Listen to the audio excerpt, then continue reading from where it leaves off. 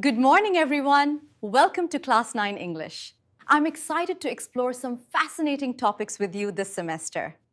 In a world full of quick texts and DMs that disappear, when was the last time you got a real letter? Something you could actually hold? Well, today, we're going to rediscover the lost art of the personal letter. We'll break down a super simple formula to help you connect with the most important people in your life, your family. Have you ever done this? You sit down to write a letter home, you've got the paper out, and you just stare at the blank page? Yeah, you are not alone. It can be surprisingly tough to get the tone just right, whether you're sharing great news, asking for a little help, or trying to give some advice. But what if I told you there's a simple formula to get it right every single time? So, what is this magic formula? Well, it turns out that all great personal letters, from sharing exciting news to making a tricky request, are all built on the very same simple foundation. Let's break it down, because honestly, mastering this is the key to connecting with your family on a whole new level. Okay, so here it is, 6 essential steps that are the bedrock of any great letter. First, you start with the basics, right? Date and place. It just grounds the letter in a real moment in time. Then, a warm greeting to set the tone. Step 3 is crucial. State your purpose early on so nobody's left guessing. From there, it's all about using polite language, keeping your sentences nice and simple, and always ending with love. These are the building blocks we're going to see in action. All right, now that we have the rules, let's see how they actually work in the real world. Our first case study is a classic, something anyone who's ever been away from home can relate to.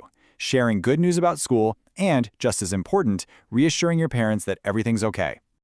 See, this isn't just about sharing a fact. It's about sharing a feeling. My test went very well. That's the information. But please do not worry. Well, that's the comfort. That's the real magic here. You're doing 2 things at once. You're informing and you're reassuring. And if you look at how this fits into the whole letter, it's perfect. It follows our 6 steps to a T, starting with that warm, "My dear mother," and getting straight to the point about the test. It's just a fantastic example of how to be clear, confident, and respectful all at the same time. So, the crucial thing to see here is how all these pieces work together. The goal? To inform and reassure. And it works because of the clear details, the confident tone, and that direct line, "Do not worry." So what's the big takeaway? A positive tone doesn't just make your parents happy, it makes them proud. Let's move on to our next case study, which builds on this foundation. This one, though, is a little more delicate. Asking a parent for money. This is where that politeness and respect we talked about become absolutely critical. Just look at the phrasing here. Words like kindly and at your earliest convenience. They're doing so much work. They completely transform what could be a demand into a respectful request. It shows that you get it. You're asking for a favor, not just expecting something. Now, notice how the full letter builds a case before it even gets to the request. It starts warm, then clearly explains the situation, hostel dues, electricity, all of it. This gives that crucial context and justification, turning a simple ask into a really responsible explanation. This just captures the strategy perfectly, doesn't it? The goal is to ask for money, sure, but it's the method that makes it work. You've got a clear reason, the why, and you pair that with humble language. The vital tip here is that explaining why you need it shows responsibility. You're not just asking for cash, you're explaining a specific legitimate need. All right, for our final case study, we're looking at another super common family dynamic, giving advice to a younger sibling. And the challenge here is, how do you sound encouraging and supportive and not, bossy or condescending? This quote is just a masterclass in supportive advice. Notice the word we, as in we can build a bright future. That's so powerful. It frames the advice as a shared goal, not some command from on high. And the phrase, "I hope," is so gentle and encouraging. It shows you have faith in your brother. The full letter then builds a logical case around this advice.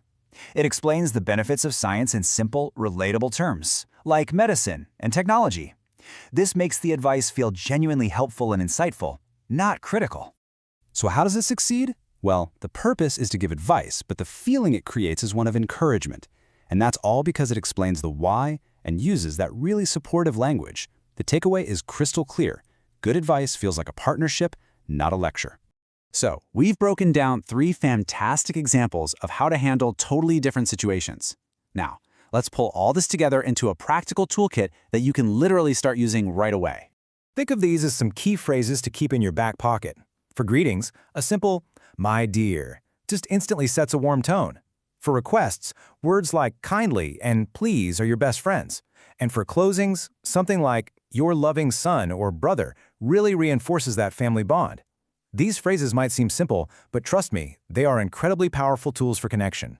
And that brings us to our final thought. A text message is temporary. It just gets lost in the scroll. But a letter is something you can hold on to, reread, and really cherish.